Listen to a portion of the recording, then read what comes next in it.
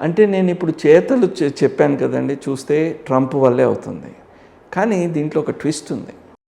మన భారతదేశము, మన మోదీ గారు, ఆయన గవర్నమెంటు మన దేశాన్ని ఎంత ఫాస్ట్గా తీసుకెళ్తుంది అని అంటే, ఎవరు వచ్చినా they can not ignore Bharat. పెద్ద మార్కెట్ ఇక్కడ కదా. అసలు ఇప్పుడు ఒకప్పుడు అయితే మనం ఆలోచించేవాళ్ళం, ఎవరు వస్తే మనకి ఫేవరబుల్ అని ఆలోచించేవాళ్ళం. ఇప్పుడు ఎవరు వచ్చినా మనకి పర్వాలేదు. సో మన భారతదేశంలో ఒక మార్కెటింగ్ గొప్ప మార్కెట్ సెంటర్గా ఆయన తయారు చేశాడు. అసలు సో భారతదేశంతో చాలా అవసరం అమెరికాకు ఉంది. అబ్సల్యూట్గా. ఇదివరకు మనకి వాళ్ళ అవసరం ఉండేది, ఇప్పుడు మన అవసరం వాళ్ళకు ఉంది. మన గిరాకీ పెరిగింది. అవునండి, మన గిరాకీ పెరిగింది. కరెక్ట్గా. సో ఈ వాతావరణంలో మేము ఇందాక మాట్లాడుకున్నట్లు అమెరికా ఇప్పుడు అగ్రరాజ్యంగా ఉంది. చైనా కూడా ఆ నెంబర్ 1 ప్లేస్లోకి వెళ్ళాలని చెప్పి చాలా తీవ్రంగా ప్రయత్నం చేస్తోంది. అలాగే ఆయనకి మన చైనా ఆయనకి ట్రంప్కి బాగా వాళ్ళిద్దరి మధ్య కూడా జిన్పింగ్కి వాళ్ళిద్దరి మధ్య చాలా గొడవలు చాలా జరిగాయి. వాళ్ళిద్దరి మధ్యన అమెరికా చైనా యొక్క రిలేషన్స్ ఇంకా బాగా బ్రేక్ అయ్యాయి, ఇంకా శత్రుత్వం పెరిగింది. ఈ టైంలో శత్రు మిత్రులాగా ఇండియా అమెరికా మధ్య రిలేషన్ బాగా బిల్డ్ అయింది.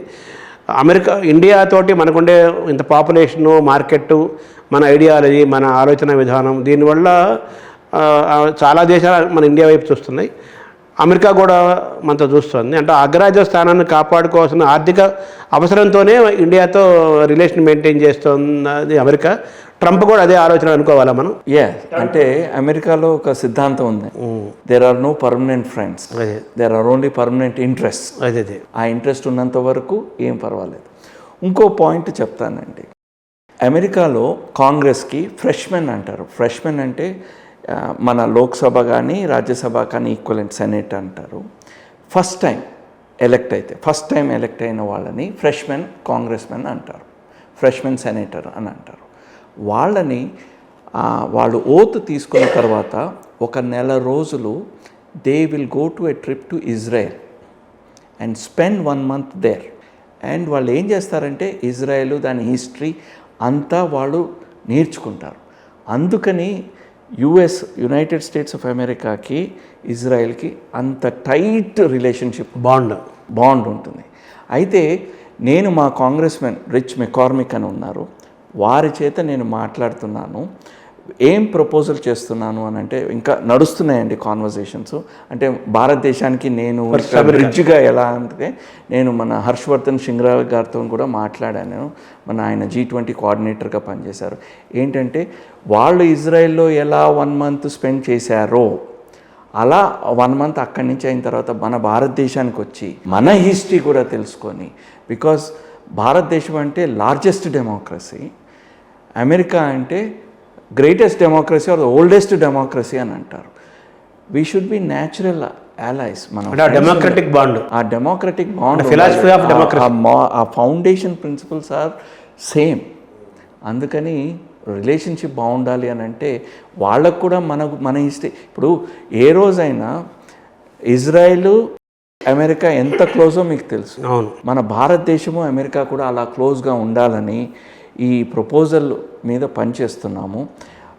ఇది గనక అయితే అమెరికా భారతదేశ సంబంధాలు అసలు చాలా బాగా ఉంటుంది. ఇప్పుడు మనం అమెరికా, ఇప్పుడు ఇండియా 5వ ప్లేస్లో ఉంది ఆర్థికంగా, మెల్లగా 3rd ప్లేస్లో కూడా 4th, నెక్స్ట్ 3rd వస్తుందని అంటున్నారు కదా. సో ఈ నేపథ్యంలో అమెరికా అవసరం ఇండియాకు, ఇండియా అవసరం అమెరికాకు. It is very much essential. We need each other. అదే వి నీడ్ ఈచ్ అదర్. అలా మన ప్రయాణాన్ని గమనించినప్పుడు ఉద్యోగాల కల్పనలో కానీ, అమెరికాలో మన భారతీయులకి అక్కడ ఉద్యోగాలు ఇవ్వటంలో కానీ, వీసాలు ఇవ్వటంలో కానీ ఇబ్బందులు ఎదుర్కొంటున్నారు అంటున్నారు. అది ఎంతవరకు కరెక్ట్? అది మీకు ఒక విషయం చెప్తానండి. ఒక మిస్కన్సెప్షన్ ఉంది. లీగల్ ఇమ్మిగ్రేషన్కి ఇబ్బందులు లేవండి, అక్కడ అవసరం ఉంది అండ్ ఎవ్రీథింగ్. ఇప్పుడు ఎలా ఉంటుంది అని అంటే, అక్కడ రిసెషన్ నడుస్తుంది అనుకోండి. రిసెషన్ నడుస్తున్నప్పుడు ఇక్కడ ఉన్న ఉద్యోగాల వాళ్ళకే అన్ఎంప్లాయ్మెంట్ ఉంటే వీళ్ళకి ఫస్ట్ ఉద్యోగాలు ఇవ్వండి, తర్వాత బయట నుంచి తెచ్చుకోండి అని అంటారు. అంటే నేషన్ ఫస్ట్ ఆలోచనతో ఉంటారు వాళ్ళు. దాన్ని తీసుకొని దాన్ని ట్విస్ట్ చేసేసి these people are against immigration, these people are against Indian H1లు, ఇది అది అని అంటున్నారు. నేనే చూస్తున్నాను. H1B అంటే ఇమిగ్రెంట్ వర్కర్ అంటే ఏమిటి? ఈ దేశంలో ఈ వృత్తి ఈ స్కిల్ సెట్తో పనిచేయడానికి మనుషులు దొరక్క నేను ఈ బయట దేశస్తుని తెచ్చి వాడికి ఉద్యోగం ఇస్తున్నాను.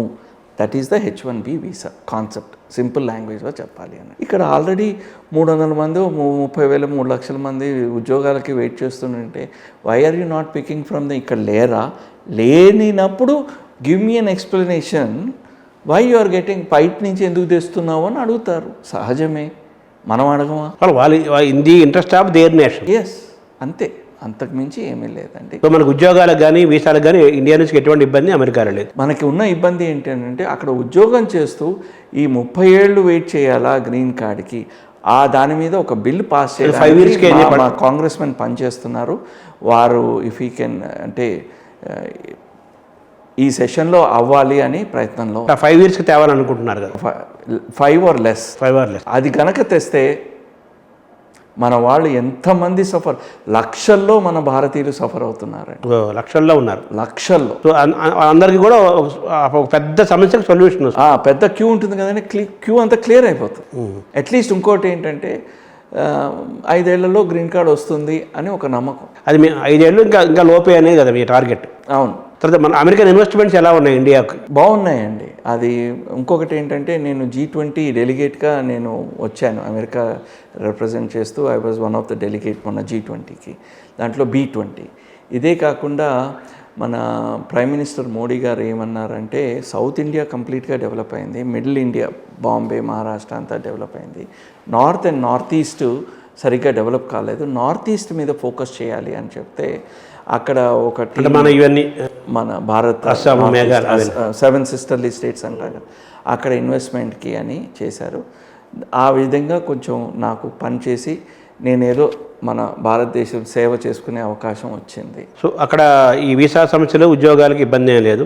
తర్వాత మనకిచ్చే శాలరీస్ ఎమాల్మెంట్స్ రెమ్యూనరేషన్స్లో అమెరికన్స్కి ఇండియన్స్ మధ్య ఏమన్నా డిఫరెన్స్ ఉందా, వ్యత్యాసం ఉందా? యాక్చువల్గా ఇదివరకే ఉండేదేమోనండి, ఇప్పుడు ఏమీ అట్లా లేదండి. తర్వాత ఇంకా చివరికి వస్తే కుర్తాళ్ళపేటలో మీరు ఒక పొజిషన్లో ఉన్నారు, అలాగే శక్తిపేటలో పొజిషన్లో ఉన్నారు కదా.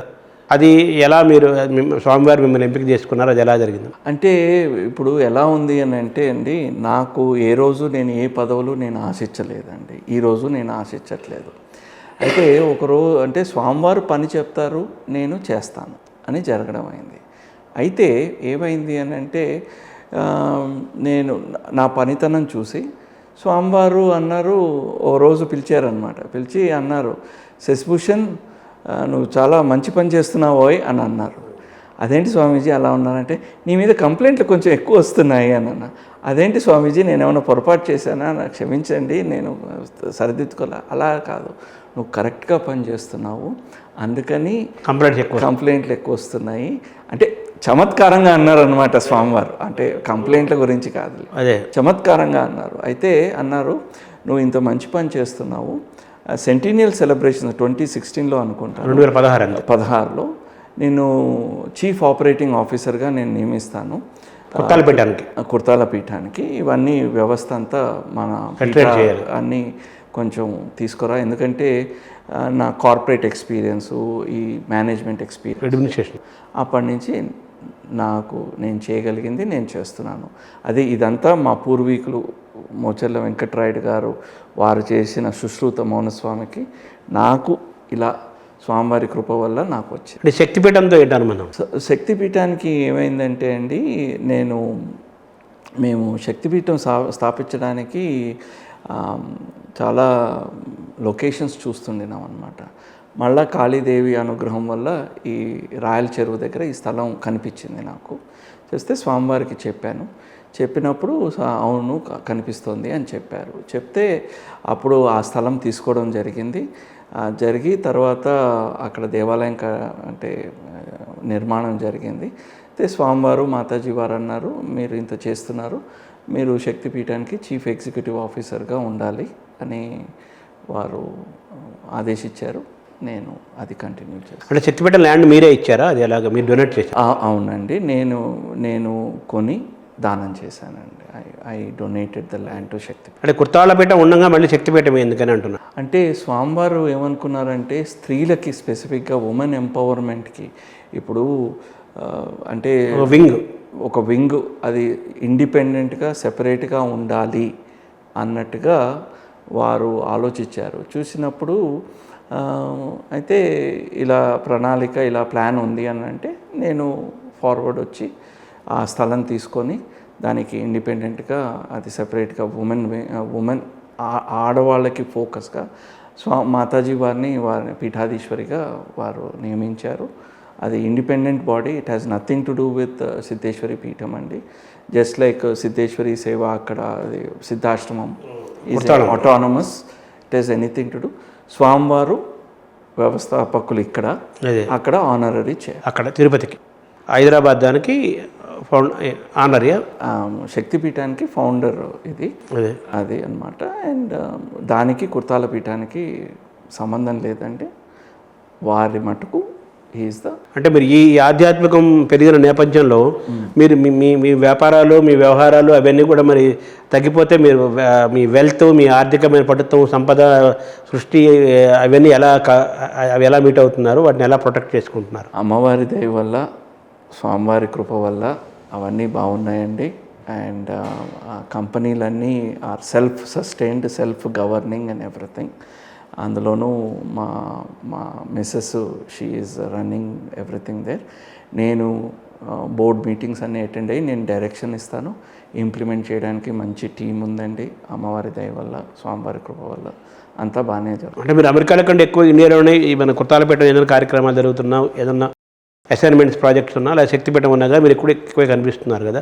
ఈ నేపథ్యంలో అట్లాంటి వాళ్ళు అంత పెద్ద ప్రాజెక్ట్ చేపట్టారు కదా, దానికి మీరు ఎలా మీరు టైము, బ్రెయిన్, ఎవ్రీథింగ్ ఎలా అంటే ఇప్పుడు ఎలా ఎలా బ్యాలెన్స్ చేసుకుంటారు? అంటే ఇది కూడా స్వామివారి కృపే అండి, అమ్మవారి ఆశీస్సులు. ఈ జూమ్ కాల్స్, ఈ కోవిడ్ వల్ల it has done a great benefit. ఇదివరకే మనం ఫిజికల్గా ఉంటేనే పని చేయాలి.